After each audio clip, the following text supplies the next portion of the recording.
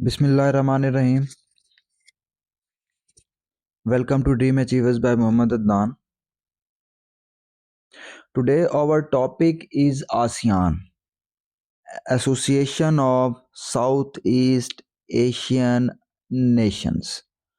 Basically, ASEAN is the third most intra-regional organization of the world after European Union. It has 11 countries. Many asked about the countries that ASEAN has, how many countries. Basically, most mentioned that is 10 countries, but now ASEAN has 11 countries, and the last country was East Timor. That is the last country which joined ASEAN.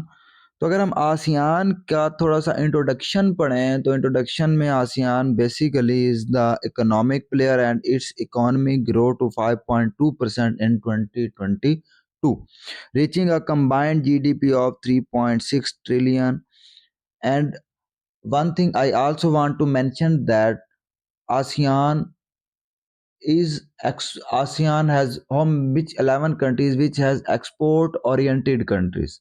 ASEAN की जो सबसे major important three pillars हैं, जो ASEAN के basic pillars हैं, और ये pillars at some extent ASEAN की जो ग्रोथ है उसमें हर्डल्स भी हैं. हम पहले पिलर्स को देखते हैं. Basically three pillars are political security, economic security and social culture security. ASEAN basically किसी भी कंट्री का जो कन्फ्लिक्टेड पॉइंट है उसके ऊपर डिस्कस नहीं करते. आप साउथ चाइना सी की एग्जांपल देख लें. साउथ चाइना सी बहुत सारे कंट्रीज का आपस में कन्फ्लिक्टेड पॉइंट है. चाइना है, फिलीपीन है, वियतनाम है, ताइवान है, जापान है. तो ये साउथ चाइना सी एक मेजर कन्फ्लिक्ट है साउथ ईस्ट एशिया के अंदर. बट आप देखें कि कभी भी आसियान के फोरम के ऊपर आपको इसके बारे में किसी किस्म की कोई डिबेट, इसके बारे में कोई रेजोल्यूशन नज़र नहीं आएगी. तो इस बेस के ऊपर, क्योंकि आसियान को एट सम एक्सटेंट इसके ऊपर काम करना भी चाहिए. क्यों? क्योंकि China is the major player in East Asia. तो चाइना जो है, अगर उनके साथ कॉन्फ्लिक्ट रेजोल्यूशन मैकेनिज्म डेवलप नहीं होगा तो बाकी कंट्रीज की ग्रोथ जो है वो बेहतर नहीं हो सकती. हम देखते हैं साउथ ईस्ट एशिया की जो आसियान की नेशंस हैं कौन कौन सी हैं. म्यांमार है, थाईलैंड है, सिंगापुर है, कंबोडिया है, इंडोनेशिया, मलाइशिया, वियतनाम है, लाओस है, फिलीपीन है एंड ब्रुनेई है. बट अब इसमें अंदर आप ये 10 कंट्रीज हैं, आप इनमें 11 कंट्रीज भी ऐड करें, दैट इज ईस्ट तिमोर.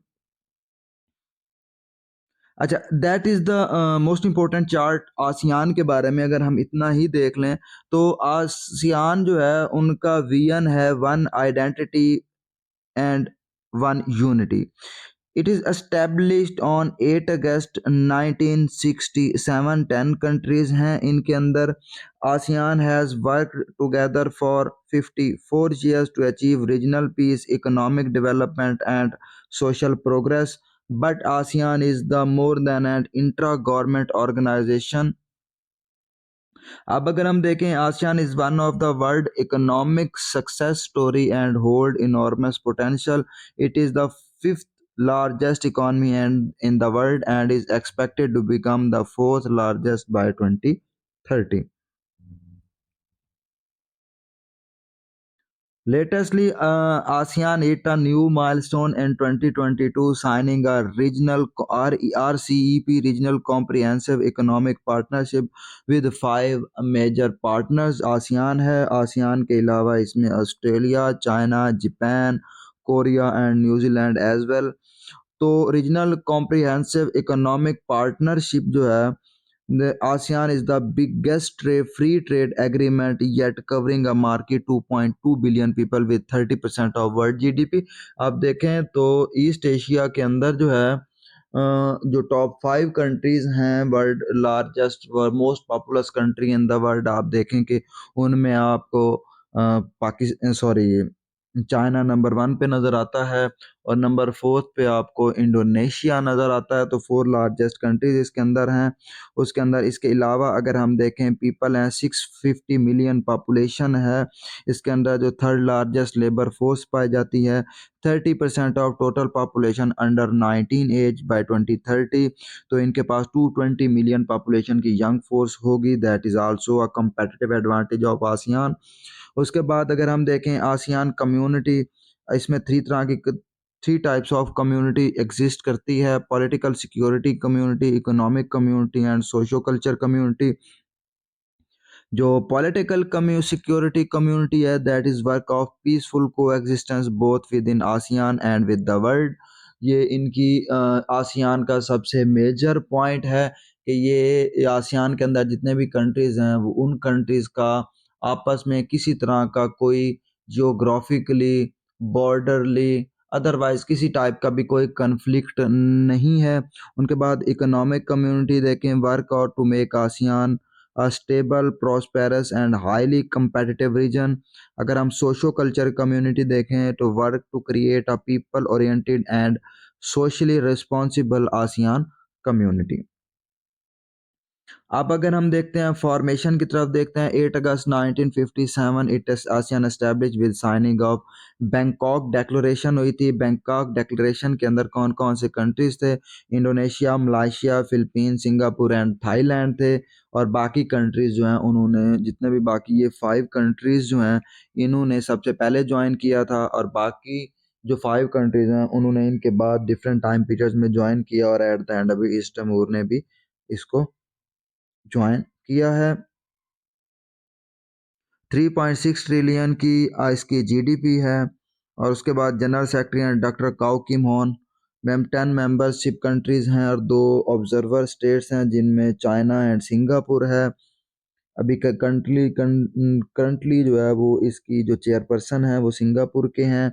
अगर हम इनिशियल रोल्स को डिस्कस करें, इनिशियल रोल्स के अंदर इंडोनेशिया वगैरह कंट्रीज़ ने इनको सबसे पहले ज्वाइन किया, थाईलैंड से उसके बाद किया, और एट सम एक्सटेंट 1997 में बहुत सारे कंट्रीज इसको ज्वाइन करना नहीं चाह रहे थे। फिर 1997 में जब एशियन इश्यूज हुए एशिया के अंदर, तो उसकी वजह से जो है वो बहुत सारे कंट्रीज ने इनको ज्वाइन किया था। एशियन फाइनेंशियल क्राइसिस आए थे 1997 में, तो उसमें फिर चियांग माई इनिशिएटिव हुआ था, और इस एग्रीमेंट में Asian and China, Japan and south Korea ने उन एक दूसरे को जो है वो फाइनेंशियल सपोर्ट दी थी। और उसके बाद डिफरेंट कंट्रीज़ को रियलाइज़ हुआ कि अब हमें मिलकर एक फोरम बनाना चाहिए जिसके ऊपर हम एक दूसरे के को हेल्प कर सकें। तो अगर हम इसके बेसिक प्रिंसिपल्स देखें, first basic principle is non interference. Non interference का मतलब ये है कि ये किसी भी कंट्री के इंटरनल मैटर्स में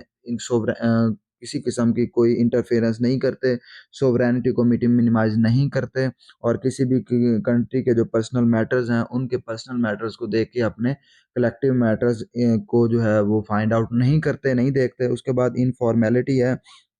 इनफॉर्मेलिटी का मतलब ये है कि इनके जो 3 बेसिक प्रिंसिपल्स हैं: respect for the state sovereignty, non interference and renunciation of the threat और use of force is resolving dispute.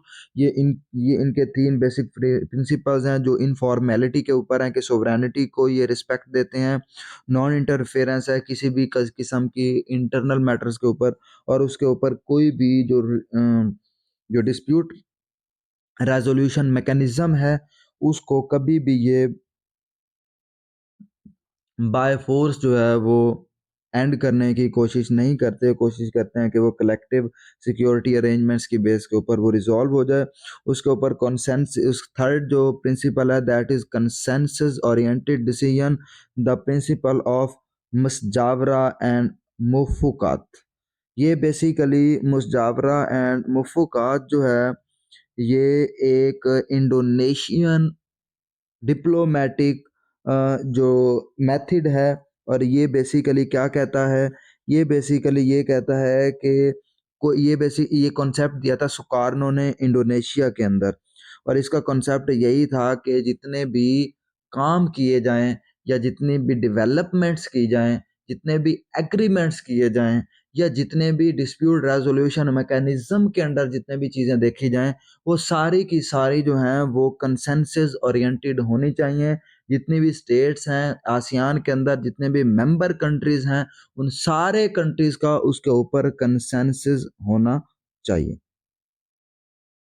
उसके बाद अगर हम इनकी अचीवमेंट्स को देखें, तो अचीवमेंट्स में सबसे मेन अचीवमेंट्स है कि ASEAN countries all ASEAN countries 11 countries और एब्सेंस ऑफ आर्म्ड कॉन्फ्लिक्ट। इन 11 कंट्रीज के अंदर किसी किस्म का कोई भी जो बॉर्डर कॉन्फ्लिक्ट या आर्म्ड कॉन्फ्लिक्ट नहीं है और इसके ऊपर जो है 1976 में treaty of amity and cooperation TAC जो है treaty of amity and cooperation जो है वो डेवलप की गई थी और इस प्रिंसिपल के ऊपर जो है इस प्रिंसिपल को बेसिन आसियन वे भी कहा जाता है। और ये प्रिंसिपल क्या कहता था, consultation non confrontation and consensus building जो है वो की जाए ताकि किसी भी स्टेट का आपस में कन्फ्लिक्ट ना हो। उसके बाद हम देखते हैं कि सेकंड इनकी अचीवमेंट है that is prosperity and economic development. Basically जो आसियान की कंबाइंड जीडीपी है वो थ्री फोल्ड है कि इनकी टू ये 2020 तक जो है दे रीच्ड 2.4 ट्रिलियन डॉलर तक। इनका ये स्पैन भी डिफरेंट है बिटवीन 2004 एंड 2011 आसियान मेंबर्स जो हैं इनका ये वॉल्यूम और ज़्यादा बढ़ गया और करंटली जो है it is highest gross GDP state in गौर highest gross GDP intergovernmental organisation in Asia. उसके बाद जो पॉवर्टी लेवल है आसियान की स्टेट्स का वो कम हुआ है क्योंकि ट्रेड फ्री ऑर्गेनाइजेशन हो गई यूरोपियन यूनियंस के हिसाब से इन्होंने बनाई। उनके बाद हम geopolitical stability and facilitating regional dialogue, इसके ऊपर इन्होंने एक ARF फारम बनाया है आसियान रीजनल फोरम जिसके अंदर 27 कंट्रीज़ हैं जिनमें रीजन की जितने भी सिक्योरिटी इश्यूज होते हैं उन पे डिस्कस की जाती है और मेजर जो सिक्योरिटी ओरिएंटेड कंट्रीज़ हैं वो सारे इनका पार्ट हैं जिनमें USA है, यूरोपियन यूनियन है, चाइना है, इंडिया है, जापान है, रशिया है, साउथ एंड नॉर्थ कोरिया भी इनका पार्ट है। फूड सिक्योरिटी का देखें तो फूड सिक्योरिटी में ये इनकी कॉपरेशन है एग्रीकल्चर के ऊपर, बायोटेक्नोलॉजी के ऊपर, फिशरीज के ऊपर एंड फॉरेस्ट के ऊपर, तो जिनके ऊपर इनकी डेवलपमेंट्स बहुत अच्छी हैं और इन्होंने फूड सिक्योरिटी को ओवरकम किया है। अगर हम चैलेंजेस देखें आसियान के सबसे जो मेजर चैलेंजेस हैं that is barrier to economic integration. बहुत सारे मैटर्स हैं जिनके ऊपर इनकी इंटीग्रेशन नहीं होती और फिर उन मैटर्स को ऐसे ही छोड़ दिया जाता है विदाउट रेजोल्यूशन। उनमें इसकी सबसे मेजर रीज़न जो है वो ये है कि आसियान के जितने भी कंट्रीज़ हैं that are diversified regarding religious diversification, economic diversification, cultural diversification, linguistic diversification, political diversification as well.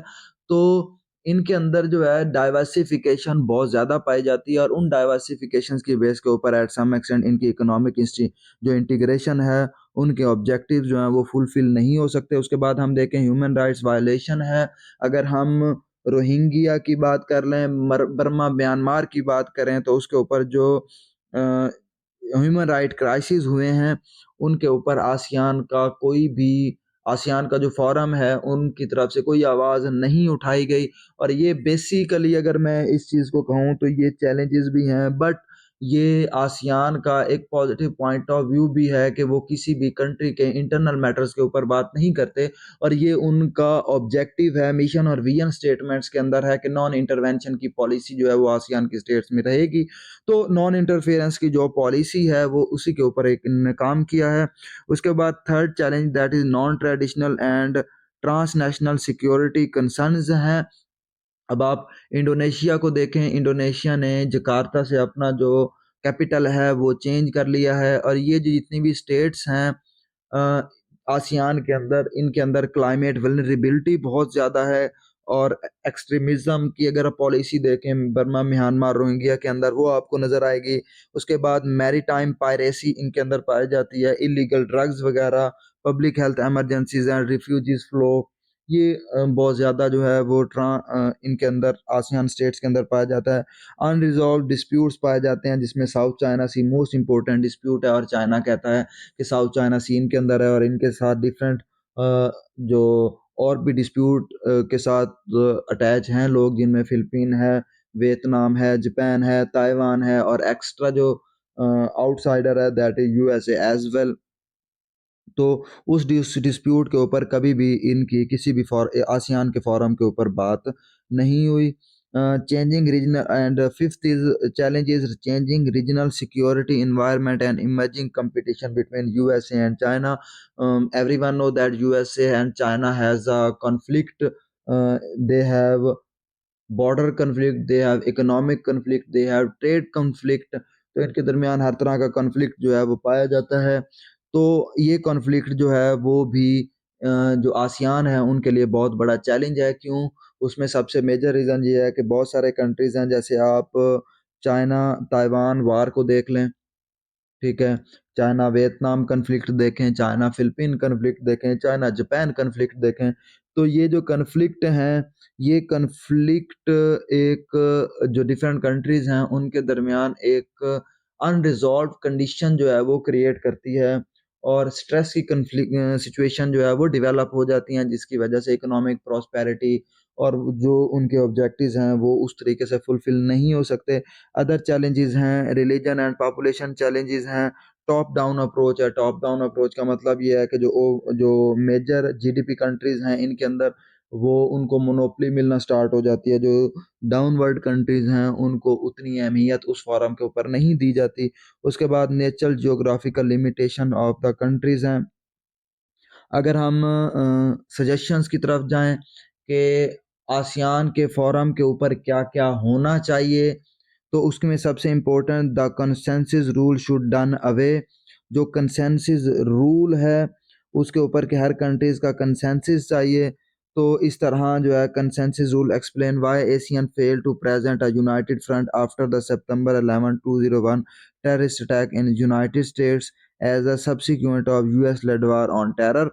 तो कंसेंसस रूल जो है वो इनको थोड़ा-सा उसके ऊपर उसको साइड पे रखना पड़ेगा और इनको मेजॉरिटी की तरफ जाना पड़ेगा। मेजॉरिटी मीन अगर 11 कंट्रीज़ हैं तो 6 कंट्रीज़ अगर किसी के ऊपर अपनी रज़ामंदी दे दें तो उसको कर देना चाहिए। अदरवाइज़ अभी तो रूल ये है कि टोटली 100% कंसेंसस चलना चाहिए। उसके बाद जो resolution of South China Sea dispute है उसको ख़त्म करना चाहिए और उसको रिज़ॉल्व करना चाहिए। ह्यूमन राइट वायलेशंस हैं जो डिफरेंट स्टेट्स के अंदर है, उसको देखना चाहिए।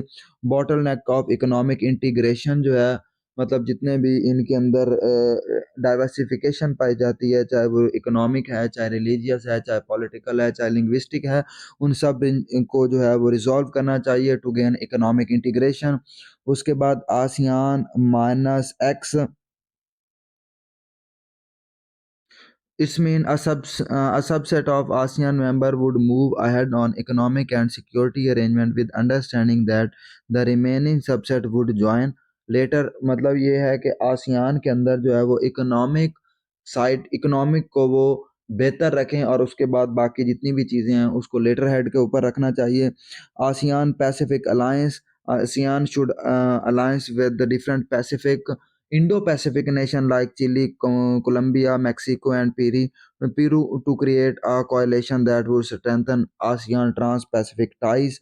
उसके बाद EAS East Asia Summit, ASEAN would try to elevate annual gathering of leaders including China and USA into capstone venue of cooperation on the regional security। अगर हम इसका फ्यूचर देखें तो Asian Pacific alliance framework for cooperation, इसके ऊपर ASEAN की discussion चल रही है। उसके बाद Latin American pivot to Asia, इस ये एक इनके दरमियान एग्रीमेंट हो रहा है। Latin American countries like Brazil इनके साथ चल रहा है। अगर हम यूएसए एंड आसियान को देखें तो USA is ASEAN fourth largest trading partner in term of good trailing China, European union and Japan. First ASEAN की जो ट्रेड है वो चाइना में है, उसके बाद यूरोपियन यूनियन में है, उसके बाद जापान में है एंड फोर्थ जो है यूएस से जो है वो largest trading country of ASEAN है। उसके बाद ये two side reach more than इनकी जो 271 बिलियन है। उसके बाद इनके दरमियान इनिशिएटिव है मेकोंग लोअर मेकोंग इनिशिएटिव, और इसके दरमियान क्या है यूनाइटेड नेशन और आसियान मेंबर्स, जिनमें कंबोडिया है, लाओस है, म्यांमार है, थाईलैंड है एंड वियतनाम है, on issue relating to environment health. USA के साथ इनके ये चल रहे हैं environment health education and infrastructure development. 4 ASEAN की जो नेशन है जिनमें ब्रनी है, मलेशिया, सिंगापुर एंड वियतनाम, उन्होंने यूएसए के साथ जो है वो साइन किया, that is comprehensive and progress agreement of for trans Pacific partnership, जिसको टीपीपी भी कहते हैं। बेसिकली ये फ्री ट्रेड एग्रीमेंट है जिसकी यूनाइटेड नेशन के साथ यूएसए के साथ जो है वो निगोशिएशन चल रही है। अगर हम लेटेस्ट समिट एंड डेवलपमेंट देखें तो 42nd एशियन समिट जो है वो हुई थी इस करंट 2023 में 9 to 11 इन इंडोनेशिया, जिसके अंदर RECP regional economic comprehensive partnership जो है वो साइन हुई है। उसके बाद यूएस ब्लैक स्लाइडिंग जो है वो हुई है कि यूएसए का जो है वो अपन जो आसियान का रीजन है उसके अंदर बहुत ज़्यादा इन्फ्लुएंस जो है वो नहीं होना चाहिए, जिसके ऊपर डिफरेंट चैलेंजेस हैं। अगर हम इनकी 3 पिलर्स को डिस्कस करें, against the backdrop Asian 3 summit with China, USA and India held in Bangkok on November 4 2024।